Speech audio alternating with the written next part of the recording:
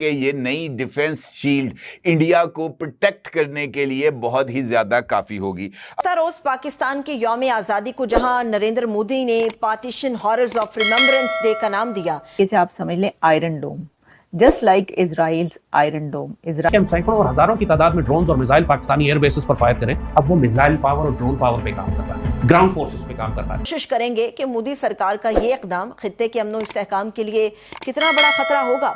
सवाल ये है कि भारत अपने जंगी अज़ाइम से पीछे क्यों नहीं हट पा रहा। ये जो दोनों मुल्क है ना, पाकिस्तान और इंडिया, इनका यही स्टार्ट से ये इशू आ रहा है कि ये एक दोनों को बीट करने के चक्कर में ना अपने जो सारे रिजर्व हैं उनको जाया कर रहे हैं। अच्छा, दहशतगर्दों पे काम कर रहा है। यहाँ हमें चोट लगेगी और अगर इंडिया हमें डैमेज करने लगेगा तो फिर ट्रंप कभी भी बीच में नहीं आएगा सीज फायर करवाने के। जिसके अंदर काफी ज्यादा ऐसे इक्विपमेंट होगा कि कोई भी अगर मिसाइल या कोई ड्रोन या कोई भी भारत की तरफ जाता है तो गिरने से पहले ही रोक लिया जाएगा। नमस्कार दोस्तों, आज हम बात करेंगे एक ऐसी खबर की जिसने पूरे देश को गर्व से भर दिया है और हमारे पड़ोसी मुल्क पाकिस्तान में खलबली मचा दी है। दोस्तों, स्वतंत्र दिवस के मौके पर लाल किले से प्रधानमंत्री नरेंद्र मोदी ने एक ऐतिहासिक ऐलान किया। उन्होंने मिशन सुदर्शन चक्र की घोषणा की जो अगले 10 सालों में भारत को एक ऐसा अवैध सुरक्षा कवच देगा जो डिफेंस और एक्शन दोनों मोड पर काम करेगा। दोस्तों, प्रधानमंत्री मोदी ने मिशन सुदर्शन चक्र को भारत की सुरक्षा के लिए एक गेम चेंजर बताया। यह कोई साधारण मिसाइल रक्षा प्रणाली नहीं है बल्कि एक एकीकृत सुरक्षा कवच है। यही इस मिशन की सबसे खास बात है। प्रधानमंत्री मोदी ने साफ कहा कि ये सिर्फ बचाव नहीं करेगा बल्कि अगर कोई दुश्मन हमला करने की हिम्मत करता है तो वह तुरंत जवाबी कार्रवाई भी करेगा। यह दुश्मन के ठिकानों पर सटीक और विनाशकारी हमला करने में सक्षम होगा।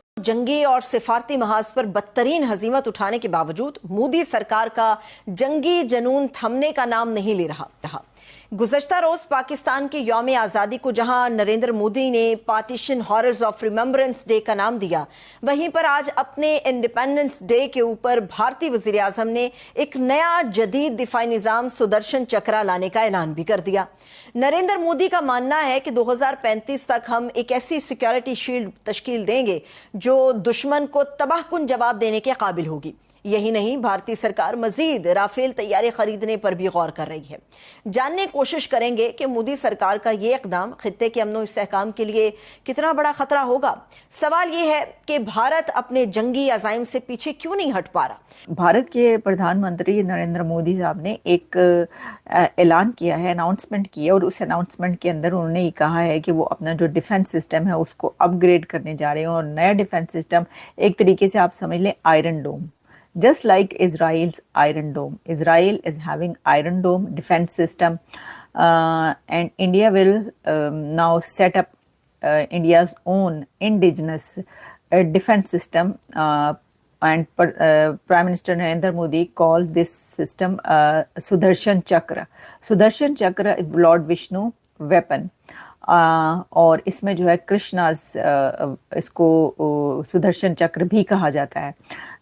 ये बड़े इतिहास से जुड़ा हुआ नाम उन्होंने जो है इसका ढूंढा है और इसके वैसे सारे ही उनके नाम इसी तरीके से होते हैं, सिंबॉलिक होते हैं। तो इसके अंदर उन्होंने ये कहा कि वो ये वाला जो सिस्टम अब आएगा जिसमें भारत की नई डिफेंस शील्ड यानी इंडिया के नए आयरन डोम के कयाम का ऐलान, जिसके लिए उन्होंने जो उसकी एंड लिमिट है वो 2035 रखी है और 2035 तक उनका ये मानना है कि ये नई डिफेंस शील्ड इंडिया को प्रोटेक्ट करने के लिए बहुत ही ज़्यादा काफ़ी होगी। अब ये जो तीनों पॉइंट्स हैं ये पाकिस्तान के नुक्ता नज़र से किस तरह अहमियत के हामिल हैं और पाकिस्तान का ये जो नरेंद्र मोदी की तकरीर है इसका मुमकिन जवाब क्या हो सकता है, ये बड़ी ही इंपॉर्टेंट सूरत को वाकई लगता है कि उनके अंदर इतनी कैपेसिटी है कि वो ये कर सकते हैं जिस चीज के ऊपर वो बात कर रहे हैं। सेल्फ डिफेंस बड़ा है। इंडिया ने बोला मैं 10 सालों में ऐसा डिफेंस सिस्टम बना लूंगा जो कि हमारे उनके हिंदुइज्म में भगवान कृष्ण के पास भी सुदर्शन चक्र था।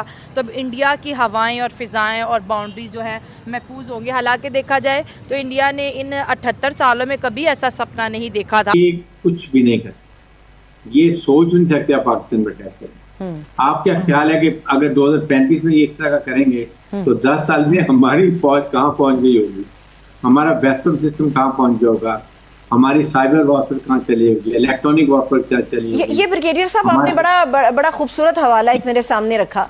अभी ये गालिबन महीने के आखिरी कुछ अयाम या तारीखों के हवाले से बताया जा रहा है कि मोदी चाइना विजिट करेंगे। आपका क्या ख्याल है कि अगर अमेरिका हमारे करीब आ रहा है या अमेरिका के साथ हमारे ताल्लुकात मज़ीद अच्छे और बेहतर हो रहे हैं, तो ये सिर्फ इकॉनमी के लिहाज से हमारे लिए एक पॉजिटिव साइन है, या आपको लगता है कि हम वेपन के लिहाज से भी और दिफाई लिहाज से भी, स्ट्रेटेजिक सतह पर भी अमेरिका के साथ जुड़ के इंडिया को ज़्यादा उसके दांत खट्टे करने की सलाहियत रख पाएंगे? देखें, एक बात याद रखें कि चाइना इंडिजिनस होगा, इंडिया के अंदर का होगा, उसके अंदर और सारे फीचर्स जैसे जैसे आएंगे। वैसे तो आप इसको ऐसे समझ सकते हैं कि एक मल्टी लेयर एक डिफेंस सिस्टम है जिसके अंदर काफ़ी ज़्यादा ऐसे इक्विपमेंट होगा कि कोई भी अगर मिसाइल या कोई ड्रोन या कोई भी भारत की तरफ जाता है तो वो गिरने से पहले ही रोक लिया जाएगा और अपने आवाम, अपने जनता या अपने पब्लिक को जो है वो सेव करने के लिए वो एक और अपनी लेयर जो है, कई एक लेयर्स पर डिपेंड करता हुआ, कई एक लेयर्स के साथ एक नया सिस्टम जो है वो बनाने जा रहे हैं। ये जो दोनों मुल्क है ना, पाकिस्तान और इंडिया, इनका यही स्टार्ट से ये इशू आ रहा है कि ये एक दूसरे को बीट करने के चक्कर में ना अपने जो सारे रिजर्व हैं उनको ज़ाया कर रहे हैं। अच्छा, हम सैकड़ों और हजारों की तादाद में ड्रोन और मिसाइल पाकिस्तानी एयर बेसिस पर फायर करें, अब वो मिसाइल पावर और ड्रोन पावर पे काम कर रहा है, ग्राउंड फोर्सेस पे काम कर रहा है, दहशतगर्दों पे काम कर रहा है। यहाँ हमें चोट लगेगी और अगर इंडिया हमें डैमेज करने लगेगा तो फिर ट्रंप कभी भी बीच में नहीं आएगा सीज फायर